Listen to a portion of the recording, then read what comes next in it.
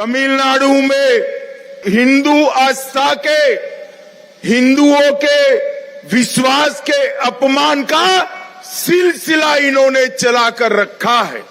தமிழ்நாட்டிலே இந்துக்களுக்கும் சரி, அவர்களுடைய சமய நம்பிக்கைகளுக்கும் சரி, வழிபாட்டு முறைகளுக்கும் சரி முடிவு கட்டும் வகையிலே தமிழ்நாடு அரசு செயல்பட்டுக் கொண்டிருக்கின்றது.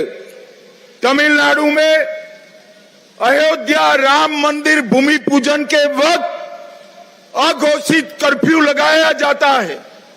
தமிழ்நாட்டிலே அயோத்தியின் ராமர் ஆலயத்தின் பூமி பூஜையின் போது அறிவிக்கப்படாத ஊரடங்கு பிறப்பிக்கப்பட்டது.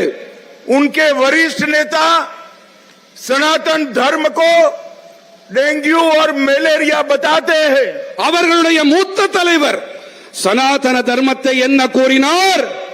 டெங்கு, மலேரியா இவற்றோடு ஒப்பிட்டார். हिंदुओं के प्रोसेशन पर स्टे लगा दिया जाता है. இந்துக்களின் ஊர்வலங்கள் என்றால் அதற்கு தடை விதிக்கப்படுகின்றது.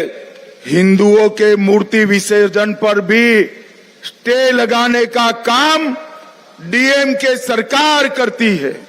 நம்முடைய மூர்த்திகளை, நம்முடைய திருவுருவங்களை நாம் கடலிலே ஆற்றிலே சென்று கரைப்பதற்கு கூட தடைகள் விதிக்கப்படுகின்றன. मैं स्टालिन जी को कहना चाहता हूं, हमारे संविधान की मर्यादाओं को आपने हिंदू समाज पर अत्याचार कर कर तोड़ने का काम किया है. நான் ஸ்டாலின் அவர்களுக்கு ஒன்றை கூற விரும்புகின்றேன். நம்முடைய அரசியல் சட்டத்தின் மாண்பினை குலைத்திருக்கிறீர்கள். இந்துக்களின் சமய உரிமைகளை பறித்திருக்கின்றீர்கள்.